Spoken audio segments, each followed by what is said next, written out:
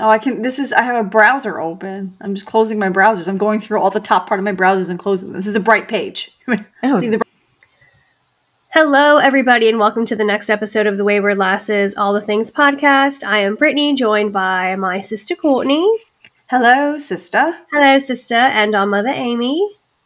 Hello, daughters. Hello. And we are now in season 3, episode 2. We're so excited once again to be back. We've got a fun episode for you today. But before we hop into today's episode, as always, we are going to keep up with the tradition of trivia.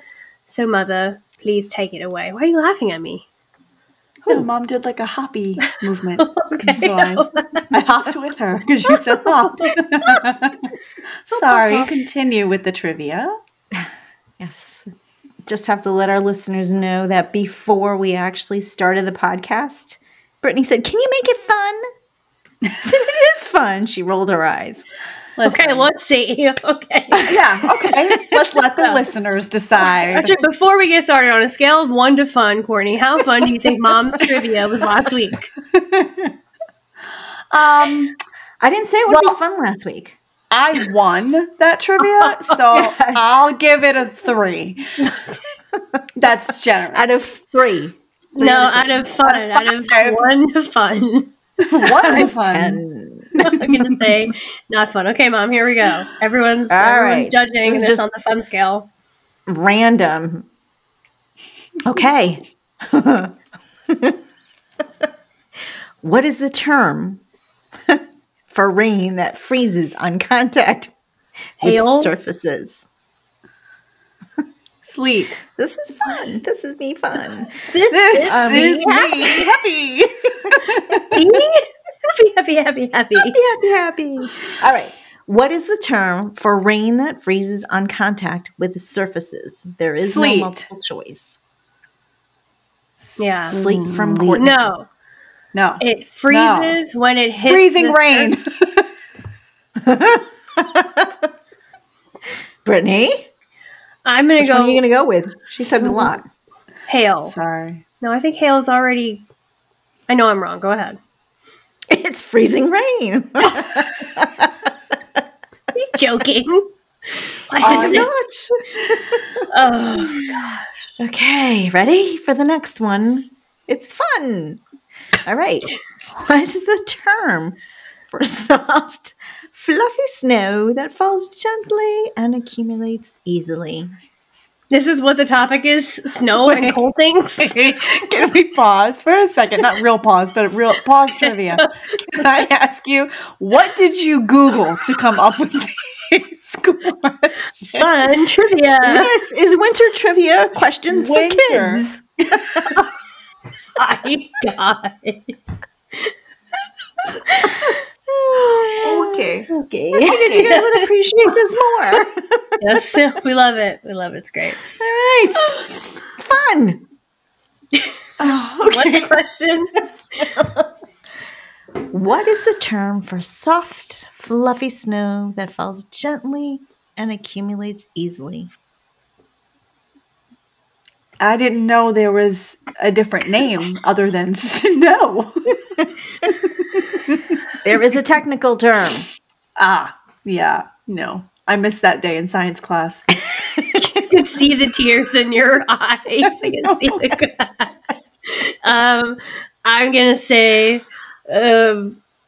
what's the term of snow? Is it fluffy snow? Yes. What is the term for soft, fluffy snow? You've said all the terms. Accumulates easily. Come on. I would call it soft, fluffy, and snow.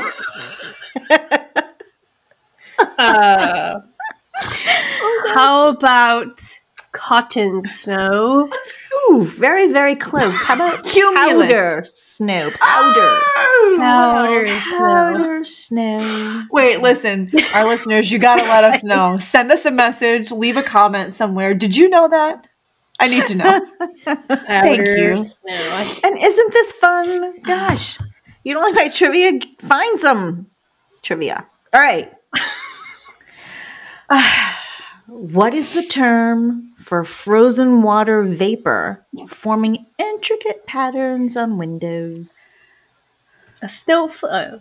Frost? Frost. That sounds good. Frost. Is frost the correct answer? It is frost. It's frost. Yes. Wow. Congratulations, ladies. I said I would keep it to 3. I'm sticking with it. I like it. Thank you, Mother. See, that was fun. So much riveting trivia. The riveting conclusion of our snow trivia. Thank you very much, Mother, for that. I now know so much more about snow. Okay. Yes. Powder All right, snow, guys. frost, and what's the other one? Oh my God, you forgot it. Freezing rain. Freezing rain. You did learn. Okay. All right. All right, guys, let's hop into today's episode. Thanks, Mom, for the trivia. No problem. So today we wanted to discuss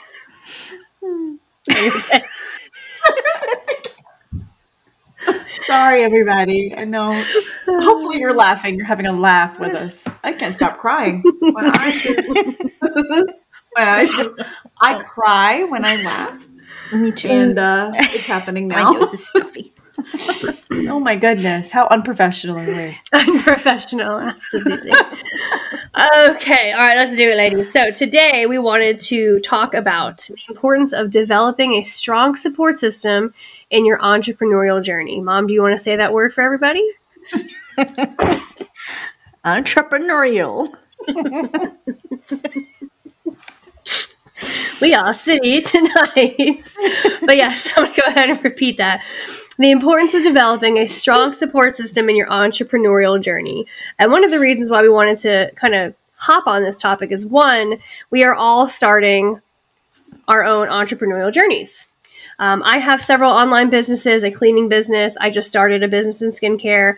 Mom just hopped on with a business in skincare and has a real estate business. And then Courtney, I don't know if I should be sharing this, but I'm going to do it anyway, just started her own business with Modere. So we all have our own side hustles that we're doing. And we actually spoke about this before, just the 3 of us, of the importance, or maybe the last episode, the importance of having that extra income flow. So we're all on this journey, and we're going to be taking that journey this year. And we just thought it was super important to talk about that support system. And I'll just go ahead and start off with, I think one of the reasons why I know we're going to be successful is because the 3 of us already have a strong support system in each other. Would you guys not agree? I would agree. I concur. I have nothing to add. I concur. Actually, this quote is from Michelle Obama. I love this. Never underestimate the power of a community of women who have your back. And I was thinking about this earlier in the car before we recorded this, is I feel like at some point for a while in my life, and I feel that a lot of females can relate to this, when you see another female doing well, sometimes the original thought is like, oh, she has this.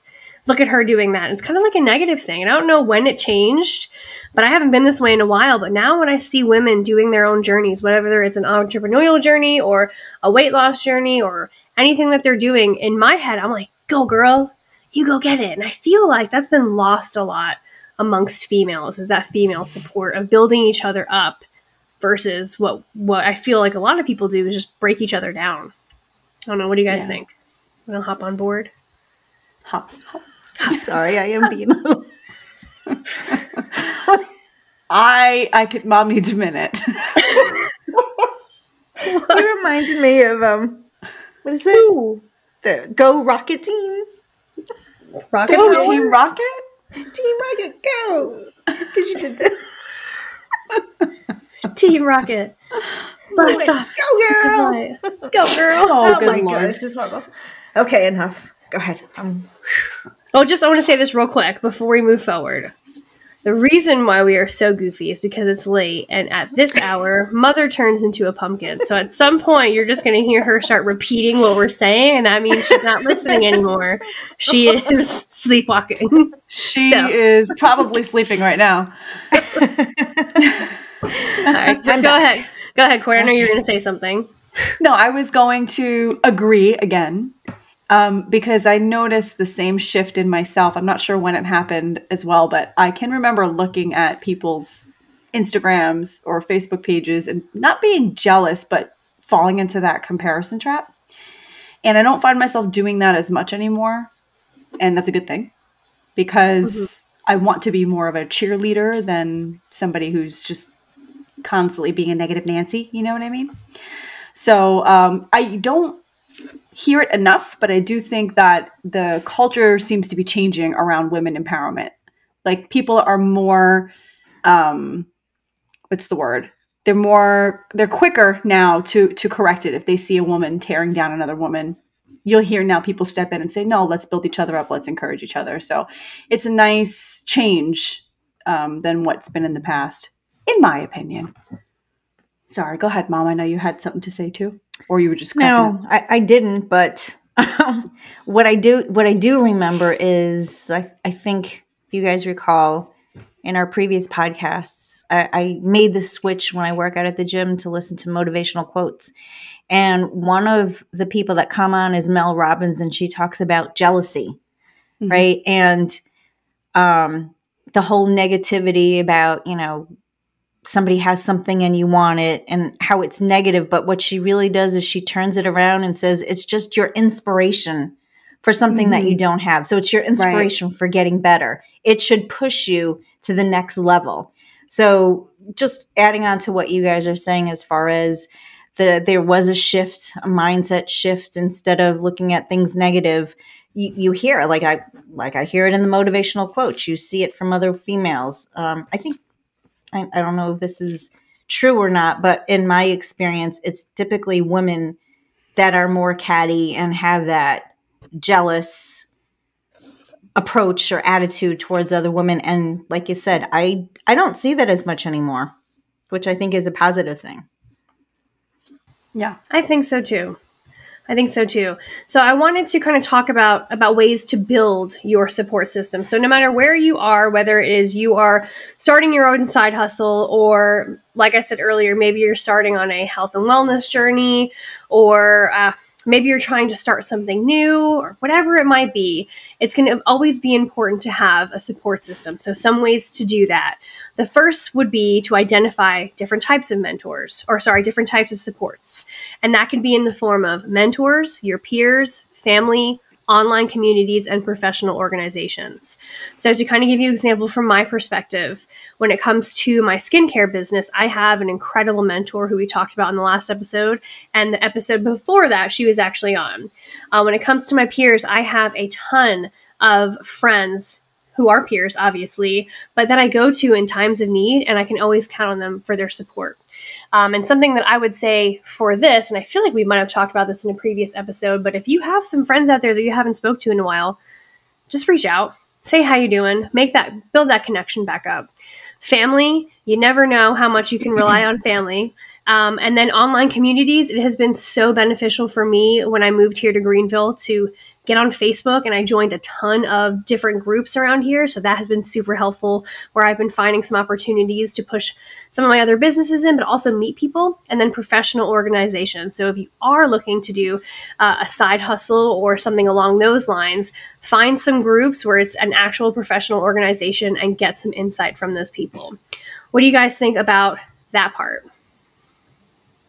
I love all of that. And I want to add in there that, you mentioned so many different types of support systems, and those are all wonderful. But I do want to have the little caveat that it's not necessarily about the quantity of people, but the quality. And I say that because I now have a big circle of friends, but I didn't always have a big circle of friends.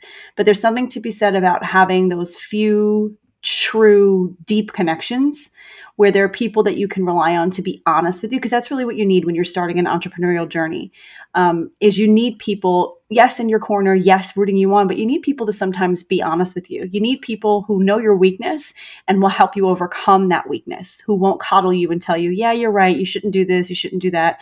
You want people that are going to push you. And that's what you two are for me, because you know that I am quicker to give up on something than I am to push through. If I meet any type of adversity, I'm like, yeah, maybe I don't want to push through this. Even if I have good motivation to do so, my family and making extra income, those are all wonderful motivations. But in the moment, when I feel defeated or when I feel like there's an uphill battle, I will sometimes just be okay with saying, you know what, maybe I don't need this. So it's good to have all of those support systems, and we encourage you all to find all those different support systems, connect to the people around you, but make sure you also have that inner circle of people where you have deep connections, people who you can rely on to be honest with you, and to push you in your moments of weakness. And I wanted to come at it from a different perspective. When I think I said this in the last episode about having a Mary Kay business. Now I'm dating myself, but back then, you're starting out your business and really all you had was your friends and family. And you were like begging them to, well, not necessarily begging, but they were the ones that you were counting on helping to grow your business. And I think it's awesome nowadays because you have all these different outlets and how you can reach people. Like Brittany, you moved to, South Carolina. You knew nobody. And having the ability to be able to jump onto Facebook and find the different groups out there that have the same interests or maybe the same goals as you, and then connect with those people. I think that it's really important, and also, side note, one of the themes that we noticed or continuously heard from the women that we interviewed in our previous season is having a strong support system.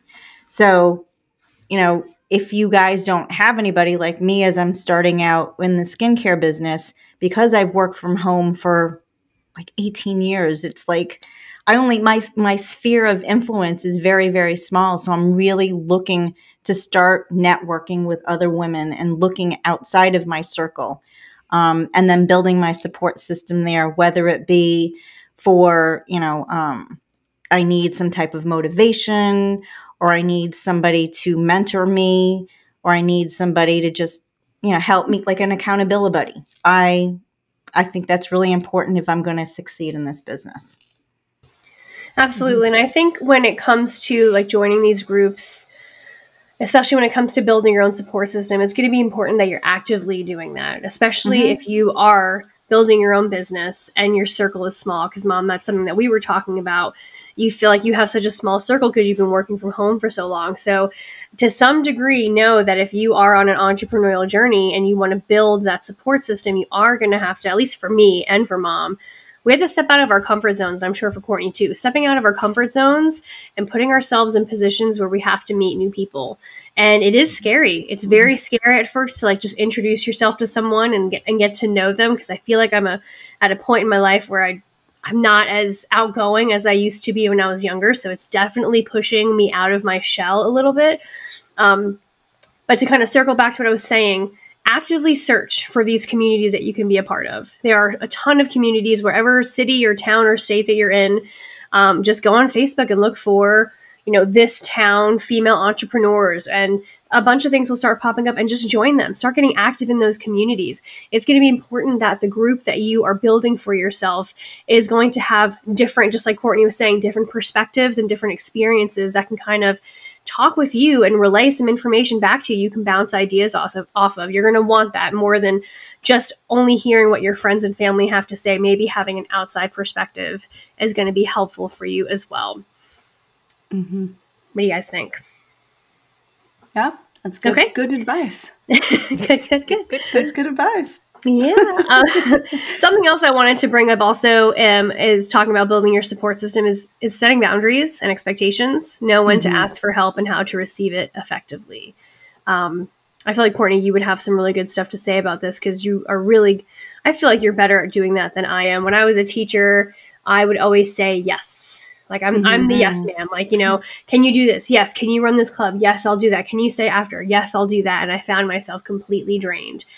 So when it is coming to this in terms of building your support system, don't overdo it. Maybe don't go to every single event that's happening. Start small and build from there, but know when to ask for that help. And then when people are offering their help, sometimes it's going to be important to kind of take yourself out of it and just receive that information and see how it can be helpful for you and the goals that you have. And I could speak on that a little. Excuse me. For me, setting those types of boundaries it's how I'm honest. And that's how I said that wrong. How I set boundaries is that I am honest. So I realistically look at my life and I am very honest about where I'm at. I'm very honest about my time. If someone asks me to do something or expects something of me, I'm very honest with what's happening. But I think that the reason why it was so difficult for me to get to that place is because, and maybe it's the same for you guys or some of our listeners, is because when you say no, or when you say I can't do that, or I can't do that right now, at least for me, I would feel like inadequate. Like I just can't do it.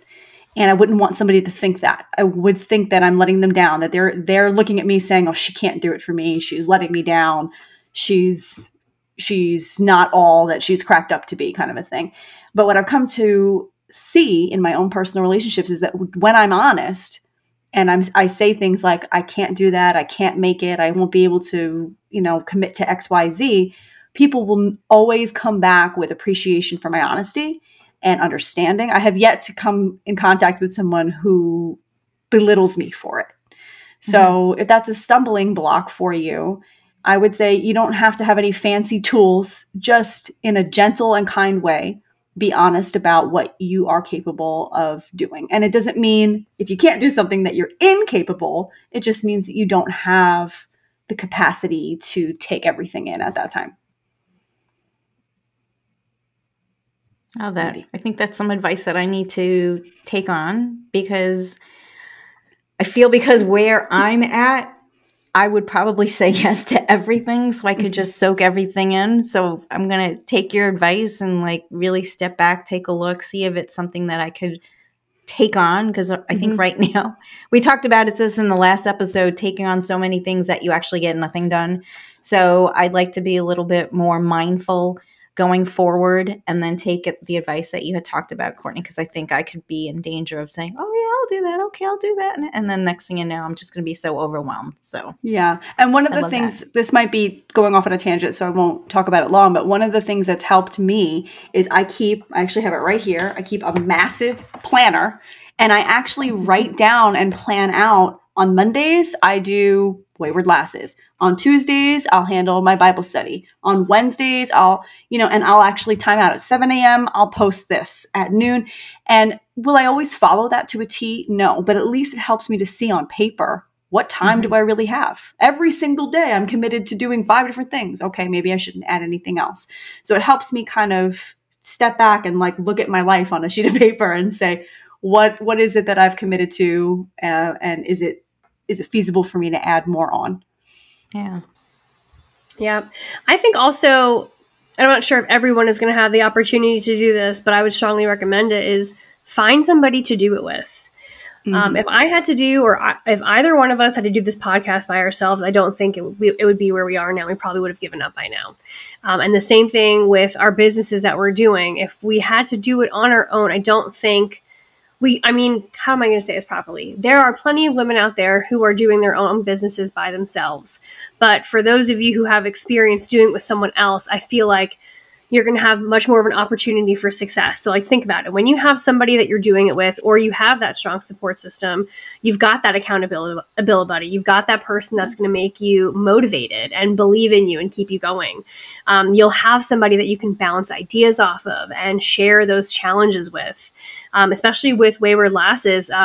For a while, we were feeling burnout, or I was, because I was kind of doing all the things. Everything. Yeah. Yeah. So, to help with mental health and preventing burnout, we found ways to communicate and share a lot of the responsibilities. And at the same time, you also have somebody and a group of people that you can share those wins with and receive that encouragement from.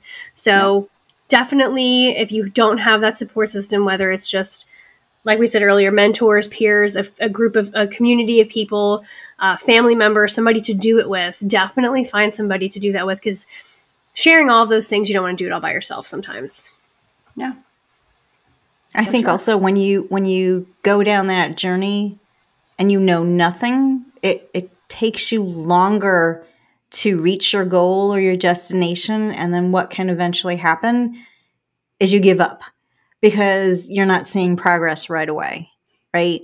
I experienced that a long time ago, and a lot of things that I started out doing, I didn't because I gave up because I didn't see progress right away. Mm-hmm. So yeah, to Brittany's point, if you have the opportunity or the ability to find a group of women or an accountability buddy, it certainly is going to help you on your journey, whether it be bouncing off ideas, keeping you accountable, sharing responsibilities. It's definitely going to ease the burden for you as you're first starting out. So Yeah. Go, rocket power! Power. So what I would say as like a call to action for those of our listeners out there, because this was framed as, the importance of building a support group on your entrepreneurial journey. Ma, what word is that again? Entrepreneurial. You'll get there. That was the whole purpose of this podcast, is on your entrepreneurial journey, because all three of us are on that, the importance of building a support group. So my call to action for you guys who are listening, who are on that same journey with us, is I would list out what you think the challenges are with that. What are your challenges for building your support group, and write them down. And then I want you to take them and look at them and see them as opportunities for growth and resilience. Yes, it could be a challenge. Yes, it could be scary, but this is an opportunity for you in 2024 to break those barriers and grow into a new, more resilient you. What do you guys think? I love that. And I would love to add to that, in addition to, if you guys would comment on what resources that you've used, or any actionable steps that people can use to build their own support system, share that in the comments. Share that with our other listeners so they can benefit from your knowledge. Yeah. Excellent. Corey, you got anything else? I would love to add an action step there. I would say do an inventory of your existing friendships and relationships and make it a point this week to nourish them. Reach out to that friend who you haven't spoken to in a couple weeks or before the holidays, and just check in. Don't reach out to get something out of it. Just genuinely check in with the people in your life. Show some appreciation for the people who lift you up, for the people who've encouraged you. It sounds kind of corny, I know, but I have done that before, where someone will pop into my mind and I'll just shoot them a text message that says, "Hey, thinking about you. Hope you're doing okay." And it usually brightens someone's day, and it'll start a whole conversation with someone I haven't spoken to. So we're talking about building up your support system. Think about at least one person in your life that means something to you, one person in your life that has supported you in the past, that you have a deep connection with, and choose to nourish and show gratitude to that person this week. Love it. Does anybody else have anything they want to add? No, ma'am. Oh, good. All right. Well, I wanted to end on this quote from Sarah Blakely. She's actually the founder of Spanx. So all females should know who she is. There's that rocket power hand again. Being an entrepreneur can be lonely. Building a support system is like building a bridge. It makes the journey so much smoother. So thank you guys so much for joining us on today's episode. We hope you learned a lot. We are also here to support you on your entrepreneurial journey. We would love to be part of your support system. Please reach out to us if you do have a business that you need some support on, and you have some questions along the way. We are here to help support you. Make sure you tune into all of the things. We're on all social medias, all of the medias, all the things. So make sure you follow along. And Courtney, would you like to close us out? Yes. Thank you guys again for joining us. Until next time, we are the Wayward Lasses, reminding you to keep it real. Bye. Thanks for stopping by. Stay classy. I hope she got